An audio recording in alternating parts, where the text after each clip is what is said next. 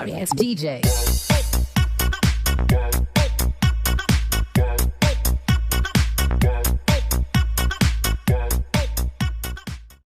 Bab 24. Waktu bergulir cepat. Luka di bahu Nara perlahan pulih sepenuhnya. Dia telah kembali pada rutinitasnya, bergelung dengan pekerjaan sebagai MUA. Hari ini, Nara akan melakukan pekerjaan yang sudah disepakati oleh adik Kai. Waktu pernikahan Akbar itu semakin dekat digelar, membuat Nara antusias akan melakukan yang terbaik. Pagi ini, dia harus pergi ke suatu tempat, di mana sepasang calon pengantin itu akan mengadakan sebuah foto prewedding. Sebelum melalui hari yang melelahkan, Nara berada di ruang makan bersama dengan Chelsea dan Milan. "Rah, kamu duluan aja ya ke tempat prewednya.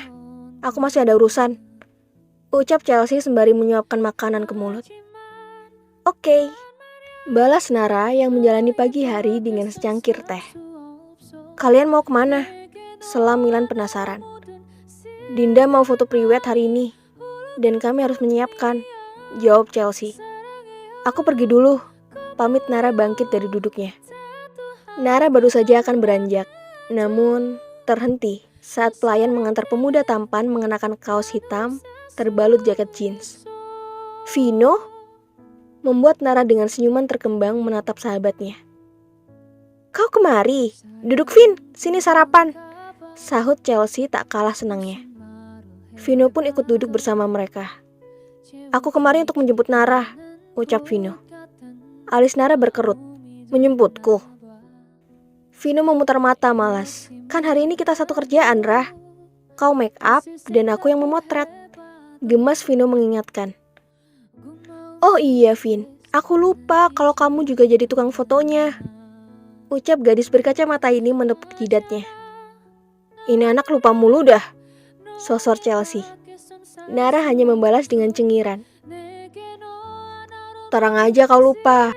Di otaknya itu kan hanya ada duit," ejek Vino sembari mendorong kening Nara dengan jari telunjuknya. Chelsea terkekeh dengan ucapan Vino. "Vino?" Nara mengerucutkan bibirnya tak terima. Setelahnya tersenyum mengulur tangannya di pipi pemuda itu. "Menjemputku, manis sekali," goda Nara pada sahabatnya. "Nanti sekalian traktir aku boba ya," tambahnya dengan senyuman manja. "Jangan lupa Vin, aku juga boba yang jumbo," celetuk Chelsea. "Ngelunjak nih dua bocah," Vino mencebik. Milan yang berada di antara ketiga sahabat ini mulai merasa terusik melihat keakraban mereka.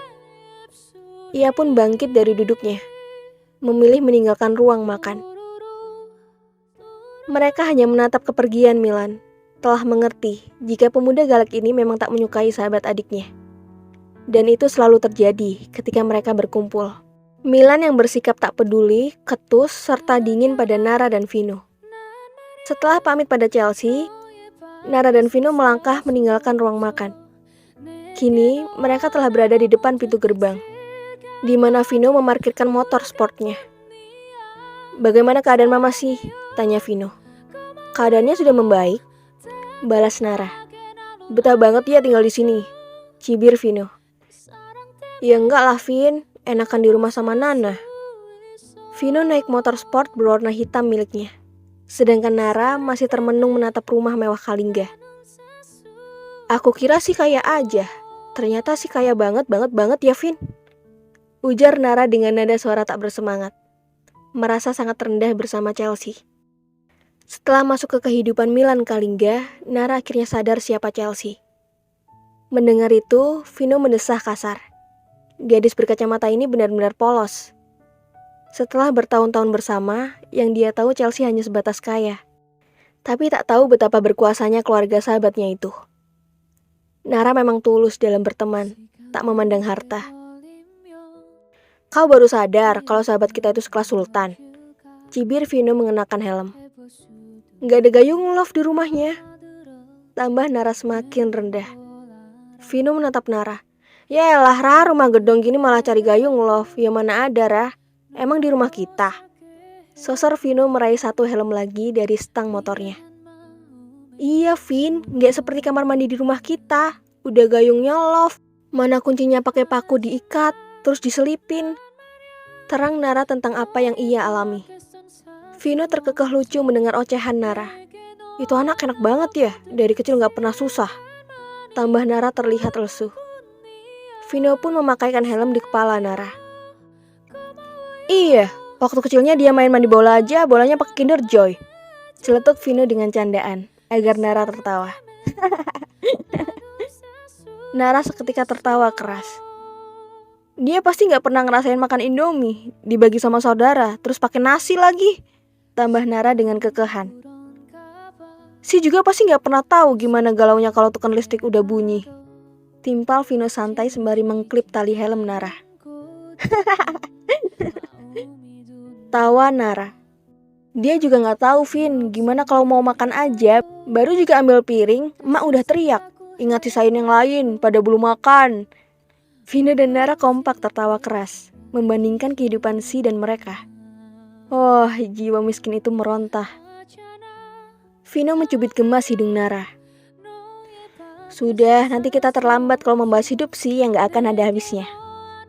Vino, Pakik Nara memegang hidungnya. Vino menyalakan mesin motornya. Nara pun naik ke motor. Duduk di belakang Vino. Tangannya terulur, melingkar di pinggang pemuda itu. Si pasti gak pernah ngerasain, hari libur malah ngurus cucian. Ucap Nara lagi, masih membahas hidup nyaman Si. Mana cucian udah dijemur pakai pewangi, tetangga malah bakar sampah. Timpal Vino. Nara tertawa keras. Aduh Vin, perutku kram karena tertawa, seru Nara. Obrolan dan tawa terus berlanjut. Mereka tak menyadari jika dari balkon kamar ada sesosok pemuda yang menatap tajam ke arah mereka dengan wajah mengeras. Milan mengepalkan tangannya, sejak tadi berdiri memperhatikan si culun dan pemuda itu bercanda. Bagaimana Vino sangat perhatian memakaikan Nara helm. Bahkan melihat si culun melingkarkan tangannya erat di pinggang Vino. Sejak di meja makan tadi, Milan sudah tak suka melihat perhatian Vino pada Nara. Milan bisa menilai tatapan dan perhatian Vino pada si culun bukan tatapan biasa seorang sahabat. Ia bisa melihat pemuda itu memiliki perasaan lebih pada si culun. Rasa panas menjalar dalam hati, membuat dadanya sesak melihat cara mereka bercengkrama. Apalagi saat Nara berboncengan, terlihat mesra dengan pemuda itu.